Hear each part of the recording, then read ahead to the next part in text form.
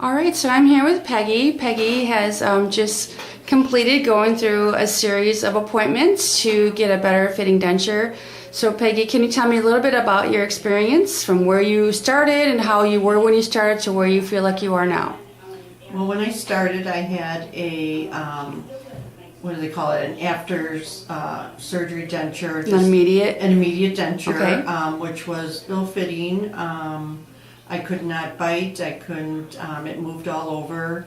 And then somebody recommended me to Dr. Dano, and I started the procedure last November, and just finished. Today's my last appointment, and I am just so pleased with what I have now.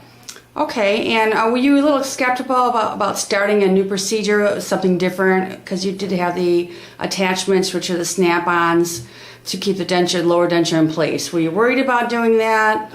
Very worried. I just could not imagine somebody going into the bone of, on my gums and Okay. putting an implant, but I would do it again in a minute. Very good. Yeah.